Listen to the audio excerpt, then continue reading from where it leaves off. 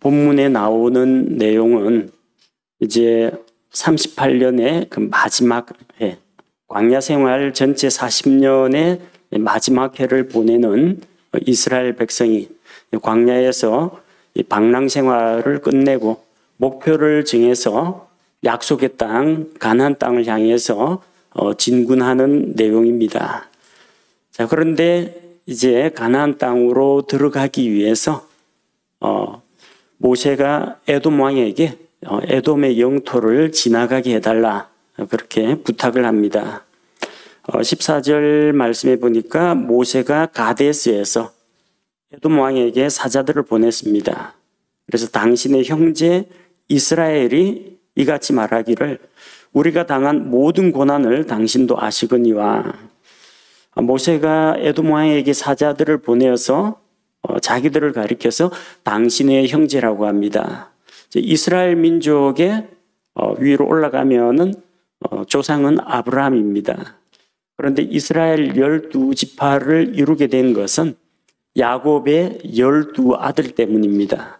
그리고 야곱에게는 쌍둥이 형이 있죠. 에서가 있습니다.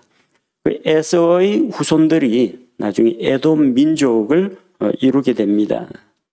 그러니까 야곱과 에서가 형제인 것처럼 이스라엘 민족과 에돔 민족도 실상은 형제지간이라는 겁니다. 그래서 우리는 사람들하고 교섭을 하고 대화를 나눌 때 너와 내가 뭐가 다른지 보여주겠다.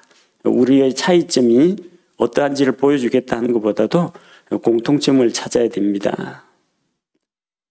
나와 당신 사이에 어떤 공통점이 있느냐? 우리 사이의 공통점은 뭐가 있어요? 같은 하나님의 자녀입니다. 같은 구원받은 그리스도인입니다. 주 안에서 한 지체입니다. 이런 공통점이 있잖아요. 이런 걸 먼저 발견하면은 이야기가 좀 쉽게 풀립니다. 야곱과 에서가 형제라는 것은 거슬러 올라가면은 이스라엘 민족이나 에돔 민족이나 결국 아브라함에게 가서 만납니다. 똑같은 아브라함의 후손입니다. 자, 그래서 이 형제의 정을 생각해서 길을 빌려달라는 겁니다. 그리고 에돔 민족도 이스라엘 백성이 이집트에서 당한 고난을 잘 알고 있지 않느냐. 말하자면 원래 가나안 땅에 거하던 야곱과 그의 가족 70명이 이집트로 내려갔죠. 그런데 이집트에서 처음 얼마 동안은 이제 아주 번성했습니다. 15절에 나오는 말씀처럼 우리 조상들이 이집트로 내려갔으므로 우리가 이집트에 오랫동안 거하였으며 이집트 사람들이 우리와 우리 조상들을 괴롭게 하므로.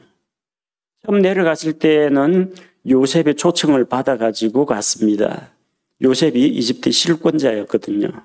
그리고 그 당시 이집트 왕조는 함 족속이 아니라 셈 족속이었습니다. 힉소스 족이라고 해서 같은 셈 계열 사람들이었어요. 그러니까 이스라엘을 환대해 줬습니다. 근데 나중에 이제 요셉도 죽고 이집트의 정권이 바뀌어 가지고 함의 자손이 다시 이집트의 왕권을 차지하게 되면서 이방 민족인 이 셈 계열의 이스라엘 민족을 압제하게 된 겁니다.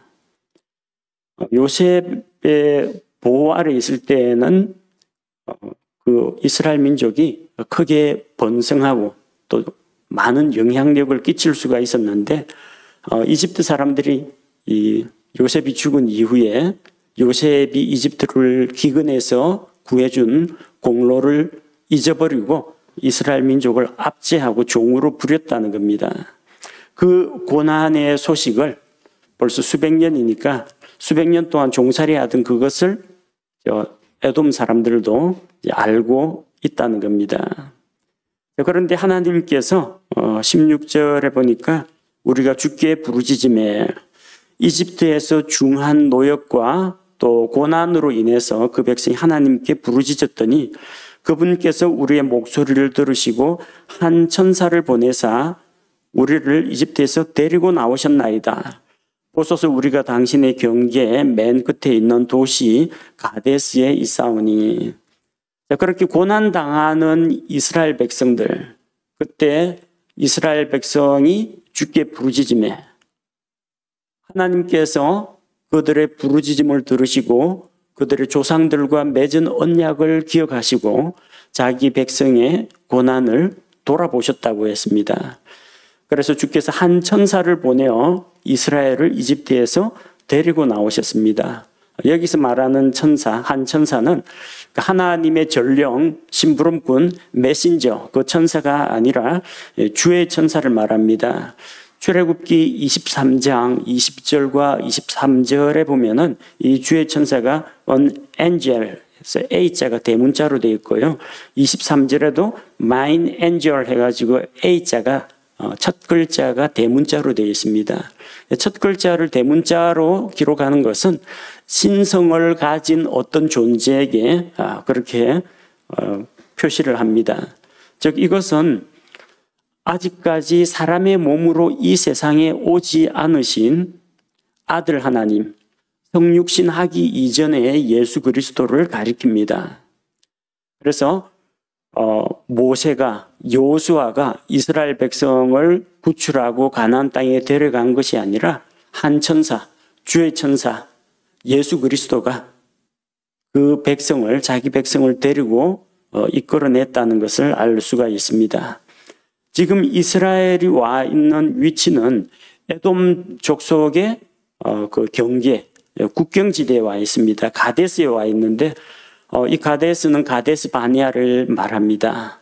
신광야가 있는 가데스 바네아, 이스라엘이 정탐꾼을 보내가지고 가나안 땅을 정탐한 그 가데스 바네아, 그리고 38년 동안 광야에서 방랑 생활을 마치고 다시 돌아온 가데스 바네아, 거기에서 물이 없어가지고 이스라엘 백성이 주와 다투었고 직접적으로는 모세와 아론을 대적했습니다. 그때 모세가 자기의 이 감정을 억누르질 못하고 하나님의 영광을 드러내지 않고 하나님의 거룩하심을 드러내지 않고 이 패역한 백성아, 우리가 너희를 위해서 이 반석에서 물을 내야만 하겠느냐 하면서 마치 자기가 물을 주는 것처럼 반석을, 하나님께서는 반석에게 말하여, 반석에게 구하여 물을 내라고 했는데 반석을 쳐서 자신의 힘으로 뭔가 하는 것처럼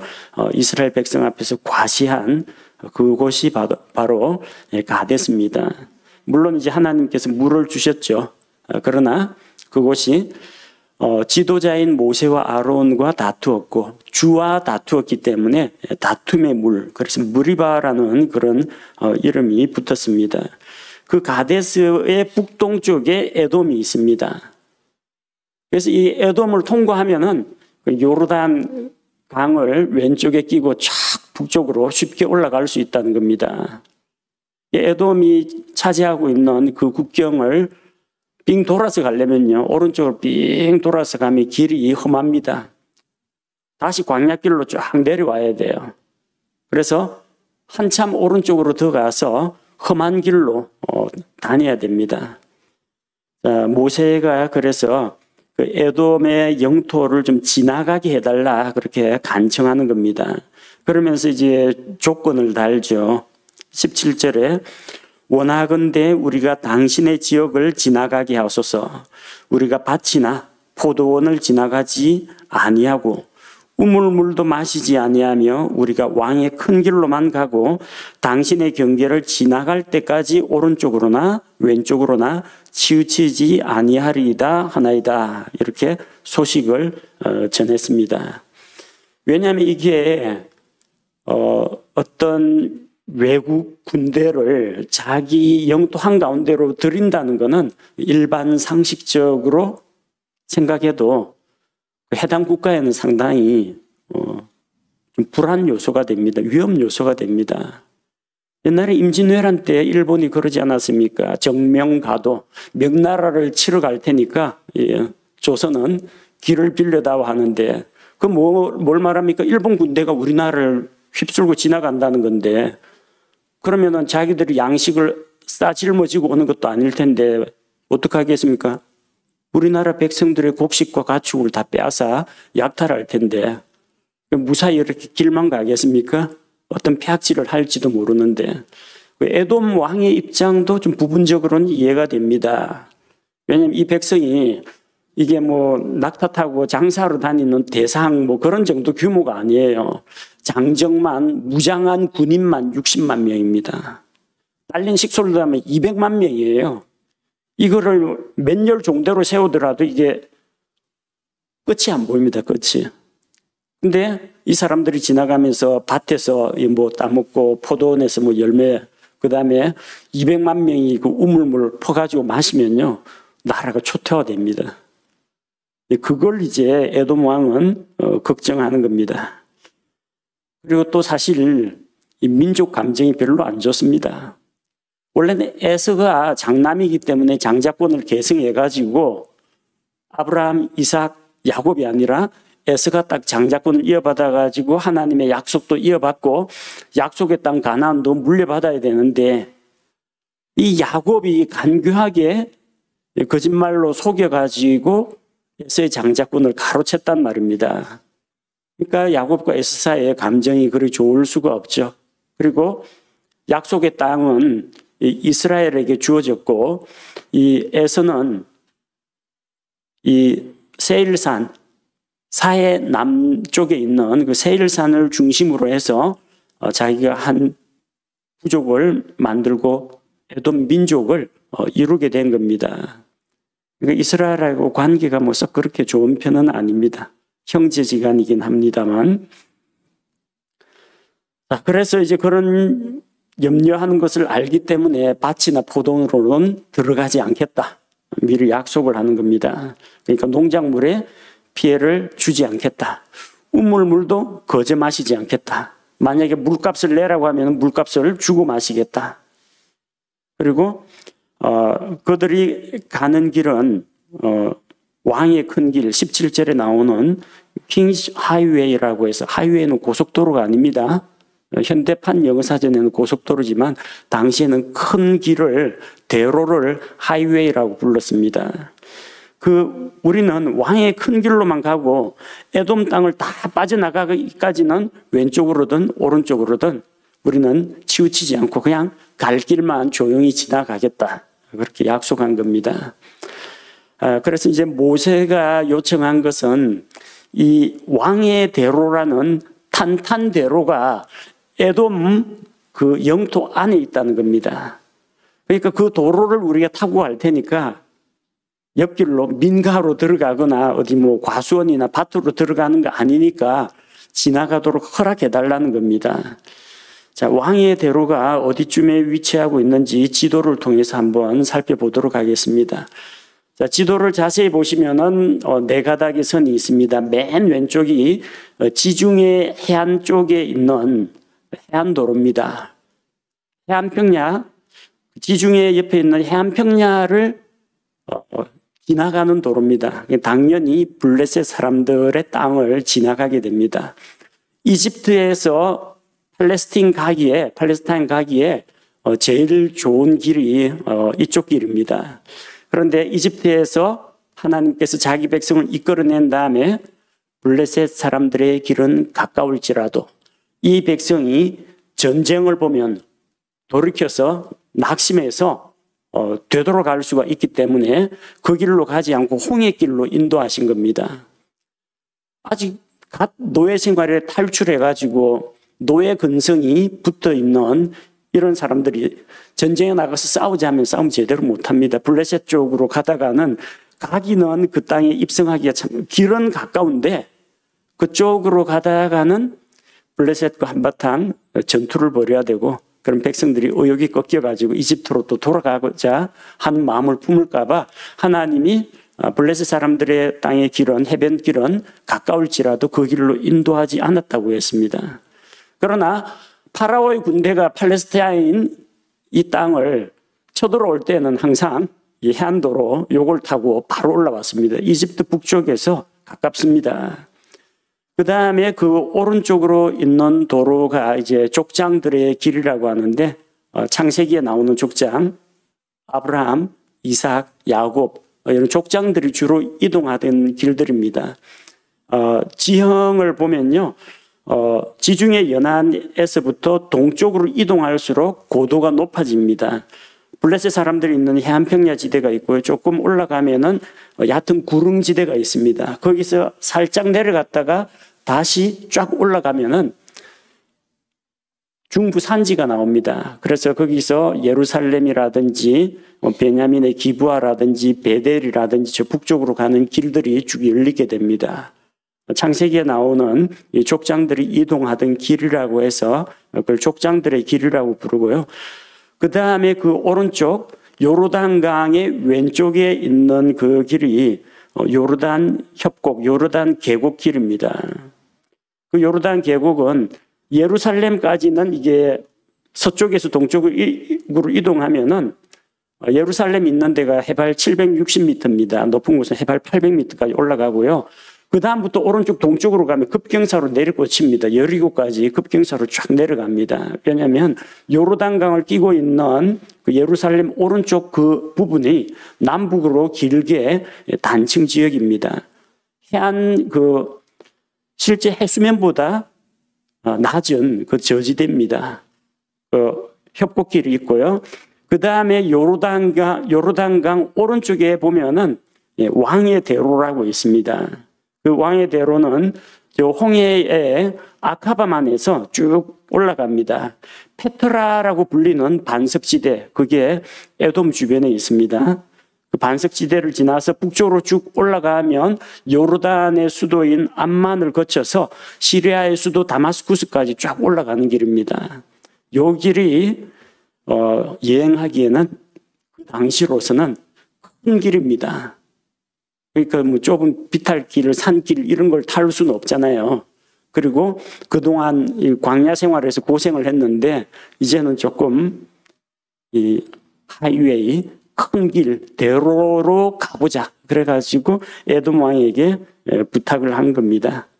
이 왕의 대로는 평화의 시기에는 무역상들이 주로 이동하는 상행로였습니다. 그래서 이 아라비아의 향로를 낙타를 타고 다니는 이 대상들을 통해서 외국으로 수출할 때 사용하던 그런 길입니다. 그 위쪽으로 가면 북쪽으로 가면은 시리아도 있고요. 그 위쪽에 두로와 시돈도 있습니다. 그 다음에 그 서쪽으로 더 넘어가게 되면 바로 유럽 대륙으로 넘어갈 수가 있습니다. 그리고 이제 중국의 비단 도자기 같은 것들을 이집트로 보낼 때 중국에서 실크로드를 타고 가잖아요. 실크로드하고 왕의 대로가 나중에 만나게 됩니다. 실크로드 타고 중국에서 쭉 가서 왕의 대로를 타고 쭉 내려와서 이집트로 가는 겁니다. 그렇게 상인들이 주로 이동하는 그런 도로입니다.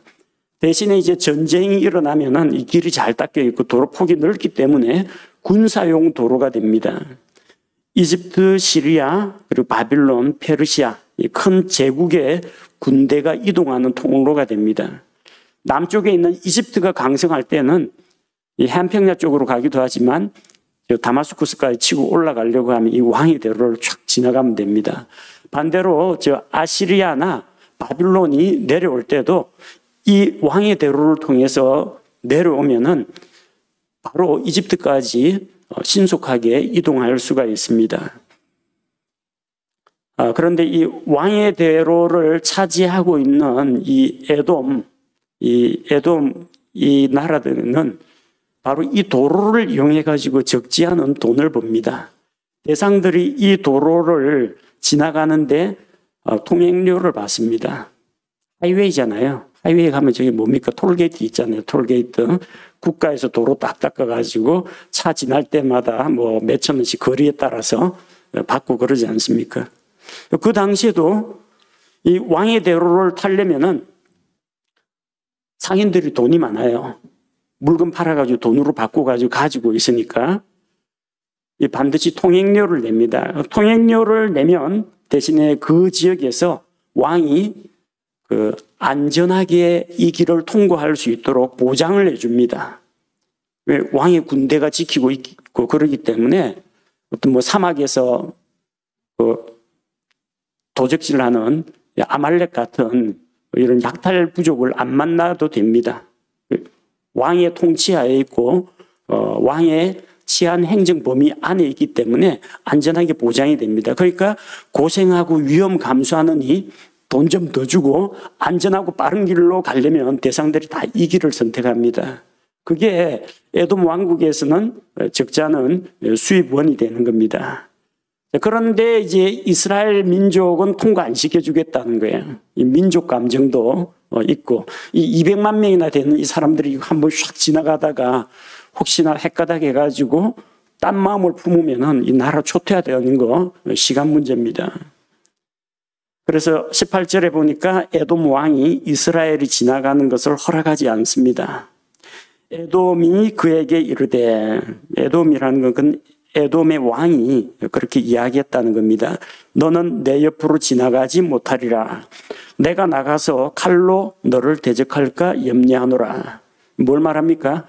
무단으로 들어오면은 국경 침입, 영토 침입으로 간주하고 전쟁 벌이겠다는 겁니다. 군대를 동원해서 이스라엘을 칼로 대적하려고 그렇게 막았다는 겁니다. 번번이 이 에돔이 이렇게 이스라엘에게 걸림돌이 되었습니다. 이집트에서 나와서 약속의 땅 가는데 길도 안 빌려주고, 또 바빌론 침략을 받아가지고 유다 백성이 뿔뿔이 흩어져서 도망치는데 숨겨주거나 보호해주거나 그러지 않고 오히려 유다를 약탈했고, 또 도망치는 사람들을 붙잡아 포로로 잡아가지고 적군에게 넘겨주거나 자기들이 노예로 팔아버렸습니다. 그런 일 때문에 나중에 에돔은 주의 심판을 받아서 멸망하게 됩니다. 그 자세한 내용은 소예언서 가운데 오바댜에 보면은 에돔이 유대인들을 어떻게 악하게 대했는지, 그래서 하나님으로부터 어떤 심판을 받았는지 기록되어 있습니다. 자, 이스라엘은 에돔에게 형제의 우애를 내세워 가지고 길을 빌려달라고 하는데 에돔 왕이 이스라엘 백성을 막았습니다. 그러자 이스라엘이 다시 이야기합니다. 19절에 이스라엘 자손이 그에게 이르되 우리가 큰 길로 왕의 대로로 지나갈 것이며 나와 내 가축이 당신의 물을 마시면 내가 그 값을 드리리이다. 내가 내 발로 걸어서 지나갈 뿐인즉 아무 일도 하지 아니하리이다 하였으나, 다시 이야기합니다. 왕의 대로로만 지나고 민가로 들어간다든지 뭐 논밭으로 들어간다든지 그런 일은 없을 것이다. 그리고 백성과 가축이 우물물을 마시면 거저 마시지 않고 물값을 지불하겠다. 단순히 길을 따라서 우리는 지나갈 뿐이고 아무 일도 하지 않겠다. 즉 피해를 주지 않겠다는 입장입니다. 자, 그런데 20절에 보니까 그가 이르되 너는 지나가지 못하리라 하고 에돔이 많은 백성을 거느리고 나와서 강한 손으로 그를 막으니라. 이스라엘 백성이 통과하는 것을 막았습니다. 뭐 민족 감정도 있고, 또 한편으로는 이 이스라엘 민족이 이렇게 70명이 지금 200만으로 불어나가지고 막강한 민족이 되었습니다. 그래서 두려워하는 마음도 있었을 겁니다. 그런데 이제 어떻게 합니까? 그 땅을 통과하게 허락을 안 해주니까 결국은 돌아서 가게 됩니다. 21절에 에돔이 이같이 이스라엘이 자기 경계를 통과하는 것을 거부하였으므로 이스라엘이 그에게서 돌이키니라. 하나님께서는 에서에게 세일산과 그 땅을 에서와 에서의 후손에게 주셨습니다. 그래서 이스라엘이 에돔과 전쟁을 하지 않고 얌전히 물러난 겁니다. 신명기 2장 5절에 보면은 그들과 상관하지 말라. 내가 그들의 땅을 결코 한 발자국도 너희에게 주지 아니하리니 내가 세일산을 에서에게 소유로 주었느니라. 세일산과 그 에돔 땅은 하나님께서 에스에게 준 상속 유업이기 때문에 이스라엘 백성이 에돔을 적대시하지 말라는 겁니다. 에돔이 만약에 호의를 베풀어 가지고 지나가게 해주면은 뭐 감사한 일인데, 에돔이 자기 영토 이걸 주장하면서 가로막으면 그들을 공격해서는 안 된다는 겁니다. 그래서 이스라엘은 에돔 땅을 우회해서 지나갑니다. 우회해서 지나간다는 것은 뭘 말하느냐면, 지금 가데스 바네아까지 올라왔는데 길을 남동쪽으로 쫙 내려가야 됩니다. 아카바만 있는 쪽으로 쭉 내려가서 그 다음에 오른쪽으로 크게 돌아야 됩니다. 에돔 영토를 비켜서 가려면. 그럼 어떻게 되겠어요? 저 길만 타면 편하게 갈 수 있는데 지도자 모세가 협상에 실패해가지고 우리가 이 먼 길을 돌아서 가야 된다. 그 길로 인해서 백성이 불평하는 일이 벌어지게 됩니다. 갈 길이 험하거든요. 38년 동안 광야 생활 끝나고 이제는 좀 요르단강 지나가지고 가나안 땅 들어가나 싶었는데 또다시 광야길이래. 그것도 에돔 옆쪽에 있는 왕의 대로를 놔두고 그 왕의 대로 바깥, 에돔 경계 바깥으로 길도 없는 메마른 황무지 광야를 또다시 지나가야 되니까 백성들이 불평이 많아지는 겁니다. 그래서 이제 가데스에서 출발해서 에돔을 쭉 돌아서 가는데, 이제 그때 대제사장 아론이 죽게 됩니다. 자, 22절에 이스라엘 자손 곧 온 회중이 가데스에서 이동하여 호르산에 이르렀더니, 호르산에 도착했습니다.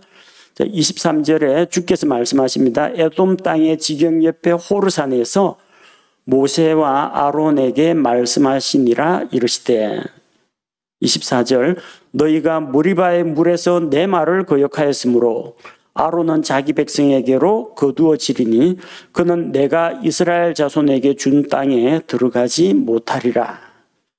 그들은 무리바의 물에서 하나님의 영광을 가로챘습니다. 하나님의 거룩하심을 드러내지 않았습니다. 그래서 모세와 아론이 약속의 땅 가나안에 들어가지 못하게 됩니다. 먼저 이 아론이 호르산에서 죽게 됩니다. 자, 이제 아론의 죽음에 대한 이야기입니다. 25절에 보니까 아론과 그의 아들 엘르아사를 데리고 호르산에 올라가, 모세가 아론과 엘르아사를 데리고 호르산으로 올라갑니다. 26절에 아론에게서 그의 의복들을 벗겨 그의 아들 엘르아살에게 입히라. 아론은 거기서 죽어 자기 백성에게로 거두어지리라 하시니라.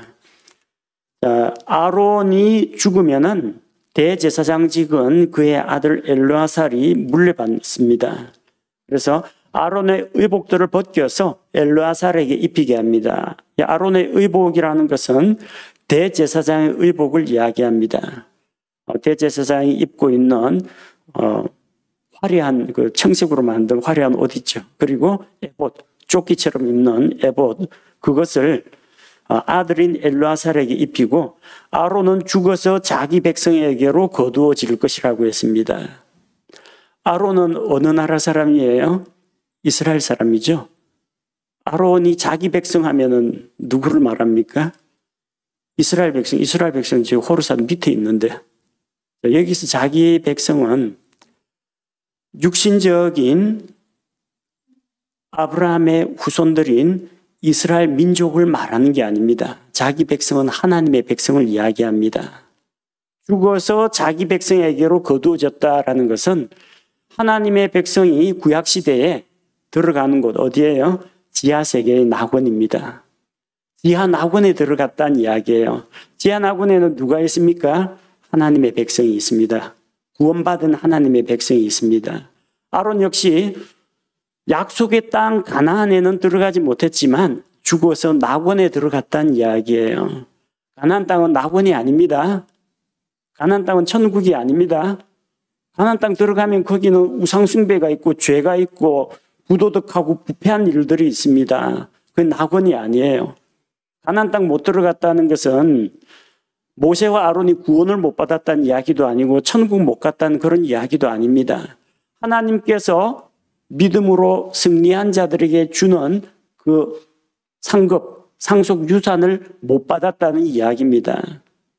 모세와 아론은 가나안 땅에는 못 들어갔지만 죽어서 자기 백성에게로, 그들이 돌아가야 할 자기 백성 누구예요? 하나님의 백성에게로 거두어졌다는 겁니다. 우리 구원받은 그리스도인들 마찬가지입니다. 죽어서 여러분이 자기 백성에게로 거두어진다는 것은 대한민국 국민에게로 거두어진다는 이야기가 아니라 여러분이 소속되어 있는 하나님의 왕국, 하나님의 백성이 들어가는 곳, 지금은 셋째 하늘에 있는 그 낙원으로 가게 된다는 이야기입니다. 자, 그래서 하나님께서 하신 그 말씀대로 모세가 주의 말씀대로 그대로 합니다. 27절, 모세가 주께서 명령하신 대로 행하고 그들 세 사람이 온 회중의 눈앞에서 호르산에 오르니라. 자, 백성은 산 밑에서 기다리고 있고 모세와 아론과 그리고 차기 대제사장 엘르아살이 같이 올라갔습니다. 28절에서 모세가 아론에게서 그의 의복들을 벗겨 그의 아들 엘르아살에게 입히매 아론이 거기서 그 산의 꼭대기에서 죽으니라. 모세와 엘르아살이 산에서 내려오니. 아론은 대제사장의 복장을 아들 엘르아살에게 물려주고 그 산에서 죽었습니다. 아마 모세가 아론의 시체를 장사 지냈을 겁니다. 그리고 엘르아살은 아버지가 입던 대제사장의 예복을 입고 모세와 엘르아살이 산에서 내려왔습니다. 대제사장직의 승계가 이루어졌다는 겁니다. 이 대제사장은 제사장들은 아론의 자손들만, 레위 사람들 가운데에서도 아론의 직계만 제사장이 됩니다. 그 중에서도 한 명, 아버지의 뒤를 이어서 아버지의 뒤를 잇는 그 대제사장이 죽으면 그 뒤를 잇는 아들이 대제사장직을 물려받게 됩니다. 그래서 대대로 아론의 레위 지파에서 아론의 후손들이 대제사장직을 맡았습니다. 이건 구약 시대의 이스라엘의 대제사장직을 이야기하는 겁니다. 우리는 이스라엘 사람이 아닙니다. 우린 대한민국 사람이에요. 목사는 대제사장이 아닙니다. 저는 레위 사람이 아니에요. 그러니까 이것은 신약 교회하고는 아무런 관계가 없다는 이야기입니다. 많은 경우 요 아론에게서 엘르아살에게로 호르산에서 대제사장직이 승계되는 걸 가지고 한국에 있는 대형 교단에 속한 큰 교회들이 목사가 죽으면 그 교회를 자기 아들에게 물려주는 이 교회를 세습하는 그런 데에 써먹는 구절이 바로 이 구절입니다. 아론이 엘르아살에게 옷을 벗어가지고 대제사장직을 승계시킨 것처럼 여기 아버지는 이제 원로 목사로 물러나고 원로 목사로 물러나면서 자기 아들을 목사로 세워가지고 대대로 나중에 손자까지 하는지 모르겠습니다만 어쨌든 그렇게 세습을 하는, 교회를 세습하는, 교회를 사유화하고 세습하는 그런 일들이 있습니다. 하도 비난이 많이 일어나니까 그렇게 안 하고 자기 A 교회에서는 자기 아들을 B 교회 목사로 이제 보냅니다. B 교회 목사는 자기 아들을 A 교회 이렇게 교회 바꾸기 하는 이런 식으로 세습을 하는 머리가 좋죠. 그런 식으로 세습을 하는 일도 있습니다. 바꾸기. 혹은 이제 아들이 없는 사람은 딸을 이제 시집 보내가지고 사위에게 물려주는 그런 일들도 있습니다. 뭐 신약 시대에도 안나스와 가야바가 사위하고 장인이 두 사람이 번갈아 가면서 대제사장직을 한 것을 보면은 거의 뭐 우리나라에서 일어난 일도 별로 이상하지는 않습니다. 사람들의 욕심이라는 건 구약시대나 신약시대나 현대나 거의 비슷한 것 같습니다. 그러나 분명한 것은 이것은 구약시대 이야기고 이스라엘 민족의 이야기이고 그리고 레위 지파 제사장에 대한 이야기이지 예수 그리스도의 피로 세운 신약교회하고는 그리고 신약교회 목사하고는 전혀 관계가 없는 이야기라는 거 기억하시기 바랍니다. 아론은 그 산 꼭대기에서 호르산 꼭대기에서 죽었습니다. 이때 아론의 나이가 123세였습니다. 아론이 이스라엘 백성과 이집트에서 나올 때 출애굽할 때 나이가 83세였습니다. 출애굽기 7장 7절을 보니까 그들이 파라오에게 말할 때 모세는 80세였고 아론은 83세였더라. 아론이 죽을 때 나이는 123세인데 민수기 33장 39절에 기록되어 있습니다. 민수기 33장 39절을 보면 아론이 호르산에서 죽을 때 나이가 123세였더라. 그러니까 광야 생활 83세에서 123세 40년 지났습니다. 지금 40년 마지막 해 그 1년을 살아가고 있는데 그 마지막 해 다섯째 달에 아론이 죽게 되는 겁니다.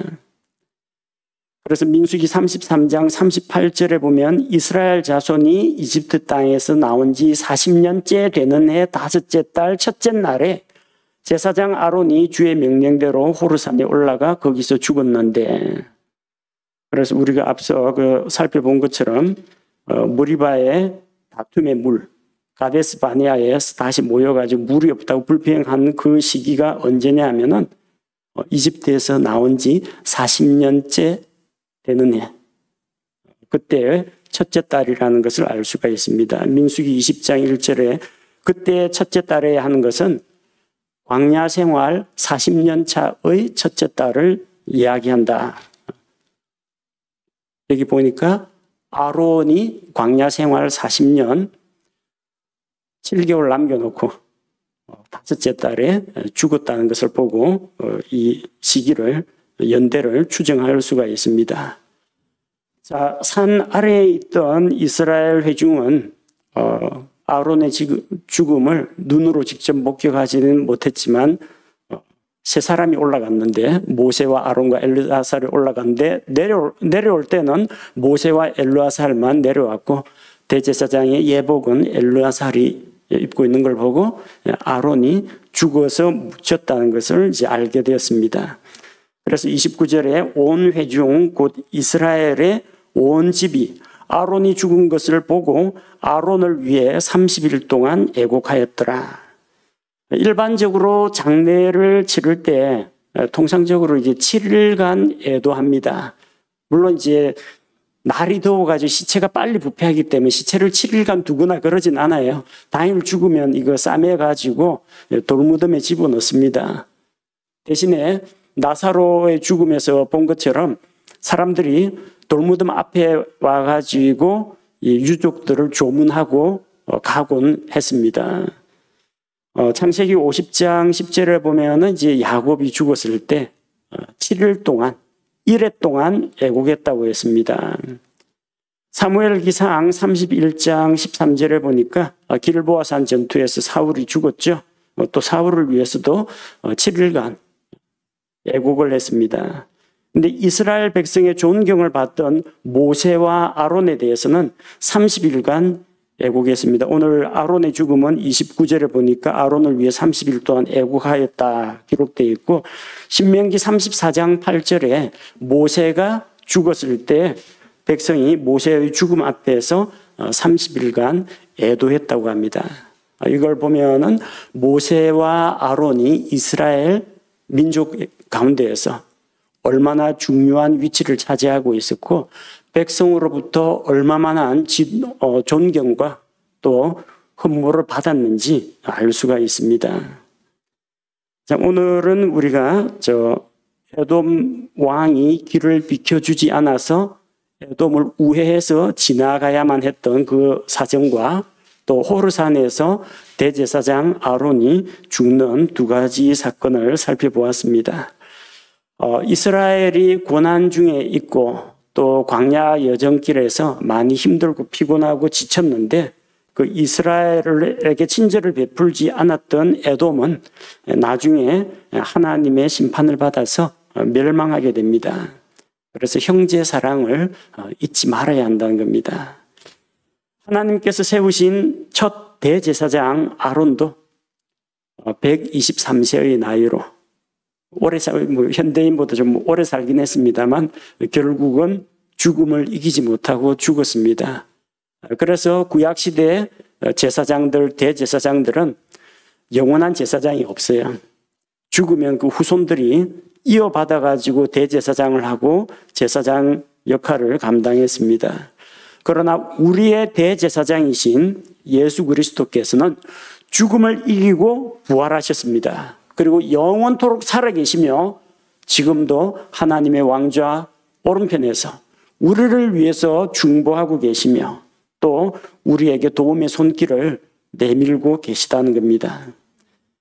안타깝게도 모세도 아론도 약속의 땅에 들어가지 못했습니다. 그들이 주의 말씀을 믿지 않았고 주의 영광을 드러내지 않았고 하나님께 불순종했기 때문에 그들은 약속의 땅에 들어가지 못했습니다. 그래서 땅에서의 보상, 약속의 땅을 하나님으로부터 받는 것, 이 부분은 그들에게 이루어지지 않았습니다. 정말 40년 차 마지막에 결정적인 순간에 자기의 교만과 또 인간적인 감정 이것에 격동되어 가지고 이런 실수를 한 바람에 약속의 땅에 들어가지 못했습니다. 그럼에도 불구하고 모세는 변화산에 나타나서 예수님과 같이 이야기합니다. 그는 죽었지만 죽으면 끝나는 것이 아니라 그의 혼은 지하낙원에 살아있었고 또 나중에 부활한 몸으로 우리와 다시 만날 수 있게 될 것입니다.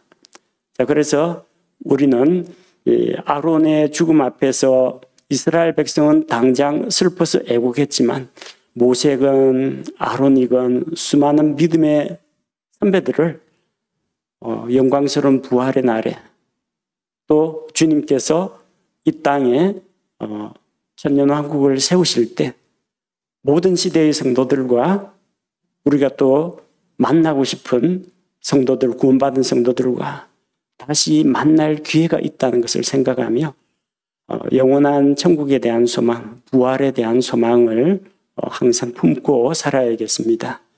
우리 함께 기도하겠습니다. 하나님 아버지, 광야 여정에 지친 이스라엘 민족이 에돔 땅을 지나가고자 했지만 에돔 왕이 강경한 태도를 취하면서 그들을 받아들이지 않았고 이로 인해서 이스라엘 백성은 에돔 왕국을 크게 우회해서 또 험한 길 광야 여정을 시작해야 했음을 보게 됩니다. 형제가 위급할 때 도움을 베풀지 않던 에돔이 마침내는 하나님의 심판으로 멸망한 것을 우리가 기억하고 언제나 형제 사랑을 잊지 않게 하옵소서. 아론이 호르산에 올라가서 죽고 엘르아살이 대제사장직을 물려받은 것을 우리가 살펴보았습니다. 하나님을 위하여 또 이스라엘 백성을 위하여 수많은 일들을 담당했던 또 섬기고 봉사했던 아론이었지만 죽음 앞에서는 어쩔 수 없이 그의 인생이 123세를 마지막으로 끝마친 것을 볼 수 있습니다.